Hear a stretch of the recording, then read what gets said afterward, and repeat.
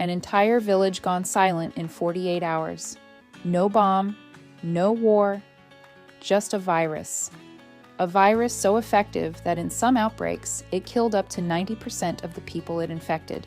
And yet, and this is the part that may surprise you, you can protect yourself from it. Some people survive. And we're starting to understand why.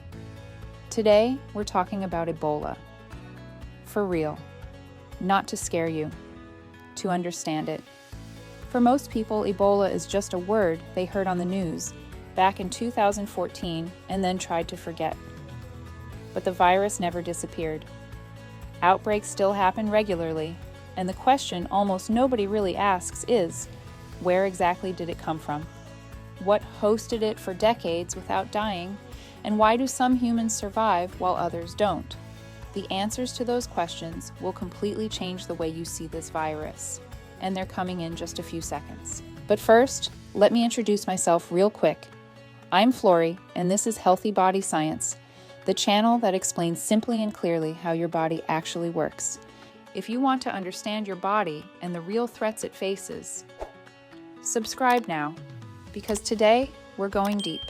The origins of the virus, how it destroys the body, symptoms, protection, treatment, and even the foods that may strengthen your immune system against this kind of viral threat. Let's start at the beginning. Where did Ebola come from? It's 1976. 2 outbreaks erupt simultaneously in Central Africa.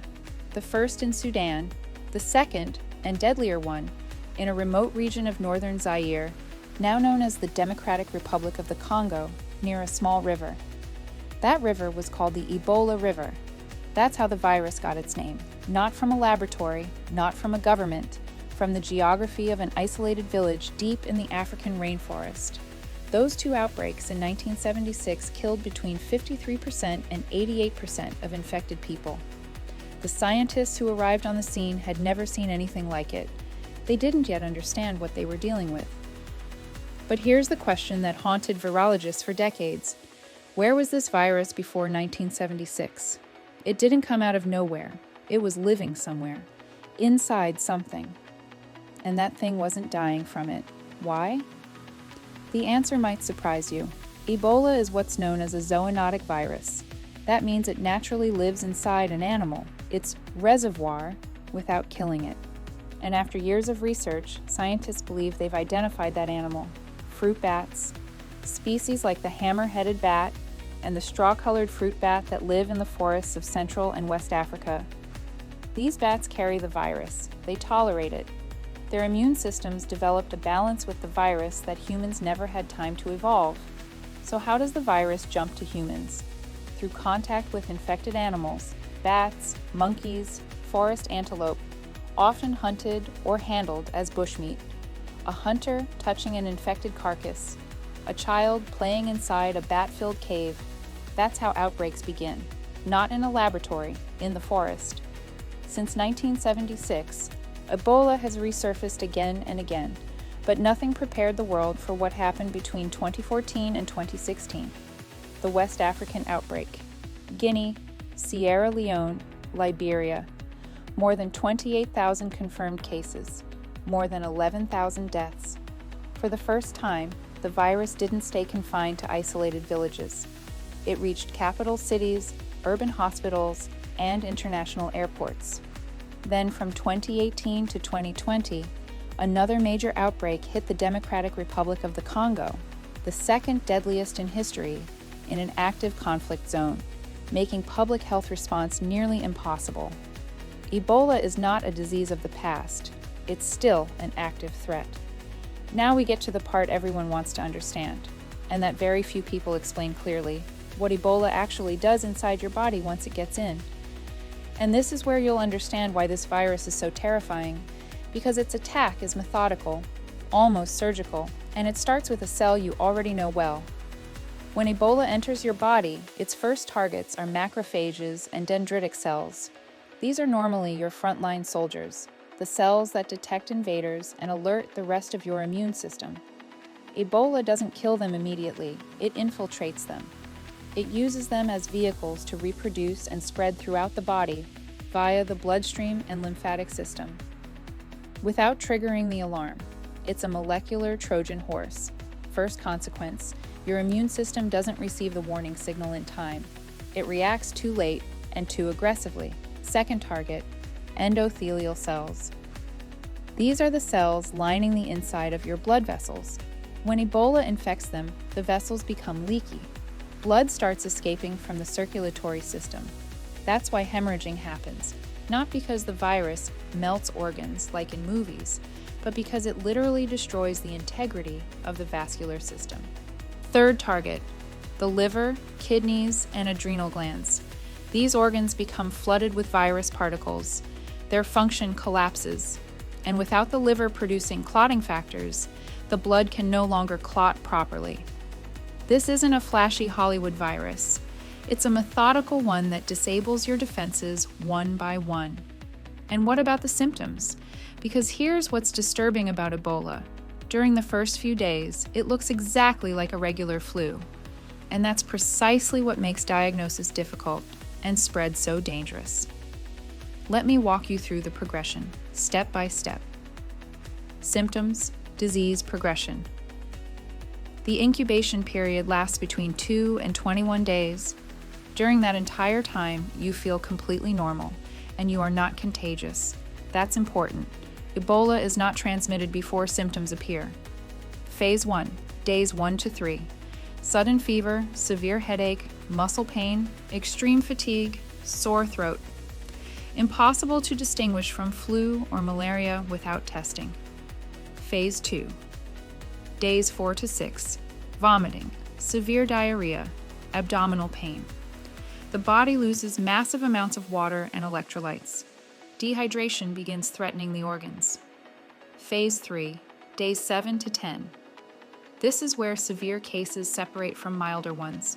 In patients developing severe disease, skin rashes, internal and external bleeding, gums, nose, injection sites, and multi-organ failure.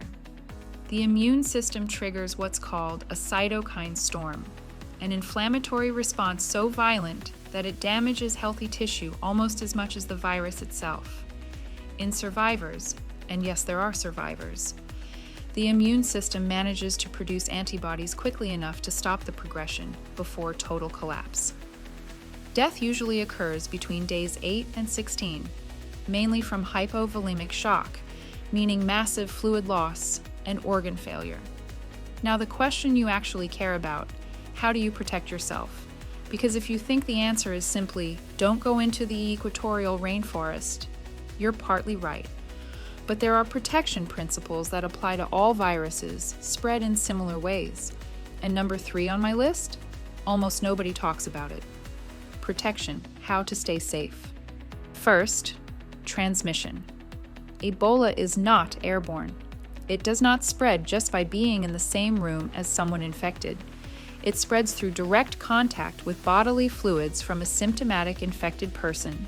Blood, vomit, feces, large amounts of saliva, sweat. It can also spread through contact with infected animals and with the bodies of people who died from the disease, which remain highly contagious. That's why traditional burial practices involving washing or touching the body became a major driver of transmission during West African outbreaks. Practical protection. 1. Avoid contact with bodily fluids. In outbreak zones, healthcare workers need full protective equipment. For the general public, don't touch sick people without protection and never handle bodies. 2. Bushmeat. Do not hunt, handle, or consume bats, primates, or wild animals found dead in high-risk regions. This is one of the main ways the virus enters human populations. 3. Hand hygiene. Basic, but scientifically proven to work. Ebola does not survive long on dry surfaces and is destroyed by soap, 70% alcohol, and common disinfectants. Washing your hands properly and regularly is a real barrier. 4. Vaccination. And this is where things changed. Since 2019, a vaccine exists, RSV-Zbov, marketed as Ervebo. It was used during the 2018 to 2020 outbreak in the DRC with nearly 100% effectiveness in vaccinated people within 10 days of exposure. A second vaccine, AD26.ZEBOV, has also been approved. For the first time in Ebola's history, we have prevention tools that actually work. And treatment? Because for a long time, the answer was, there isn't one. Doctors managed symptoms and hoped for the best. But that changed too. And the change is recent and still not widely known. For decades, Ebola treatment was purely supportive care. Aggressive rehydration, orally or intravenously, to compensate for massive fluid loss, maintaining blood pressure, managing pain, treating secondary infections. That improved survival rates, but it didn't treat the virus itself. Everything changed in 2020. 2 monoclonal antibody treatments, a toltevimab/maftivimab/odesivimab, known as Regan EB3 and MAB114, demonstrated significant effectiveness in clinical trials conducted in the Democratic Republic of the Congo. They work by directly neutralizing the virus in the bloodstream, binding to the virus's surface protein, and preventing it from entering cells. The results: in early-stage cases, mortality dropped below 30% with these treatments, compared to 50 to 90% without them. It's not a perfect cure, but it's a quiet medical revolution that hardly anyone talks about. The key remains early detection. The sooner treatment is administered, the more effective it becomes. That's why epidemic surveillance systems, identifying the first cases quickly, are just as important as the drugs themselves. Last section, and honestly, this is the part I care about most, because we always talk about medicine, vaccines, hospitals, but we almost never talk about the role your own immune system plays in surviving Ebola, and the foods that can support it against this kind of viral threat. Can you really eat to strengthen your defenses? The answer is yes, and science supports it. First, let's be clear. No food prevents or cures Ebola. Claiming that would be misinformation. But a strong immune system absolutely influences outcomes in severe viral infections. And Ebola survivors consistently show faster, more effective immune responses than non-survivors. So yes, supporting your immune system matters. Vitamin D. Vitamin D receptors exist on nearly every immune cell in the body. It helps regulate inflammation, including the uncontrolled cytokine storms that kill patients in severe Ebola cases.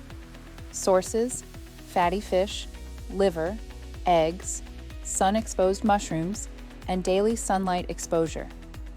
Zinc. Zinc is essential for the maturation of T cells, your specialized immune soldiers that destroy infected cells. Zinc deficiency directly weakens your ability to fight viruses. Sources: oysters, lean red meat, legumes, pumpkin seeds, cashews. Vitamin C. It supports the production and activity of white blood cells. It also acts as an antioxidant, protecting healthy cells from inflammatory damage, exactly the kind of damage Ebola causes. Sources: red peppers, kiwis, citrus fruits, broccoli, strawberries, polyphenols, green tea, turmeric, berries. In laboratory studies, these compounds have shown the ability to inhibit replication in certain RNA viruses, the same family Ebola belongs to. This is not a treatment, it's cellular support. Turmeric, especially when combined with black pepper for absorption, may help reduce baseline systemic inflammation, meaning your immune system starts from a stronger position. Probiotics, yogurt, kefir, fermented foods. About 70% of your immune system is connected to your gut. A balanced microbiome promotes a more precise immune response, less likely to spiral into uncontrolled inflammation. Hydration. Simple, basic, ignored.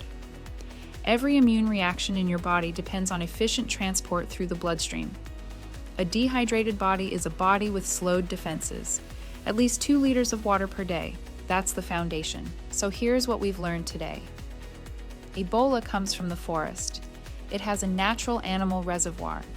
It enters humans through contact with infected animals or bodily fluids.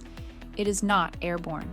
It attacks your immune system first, then your blood vessels, then your organs.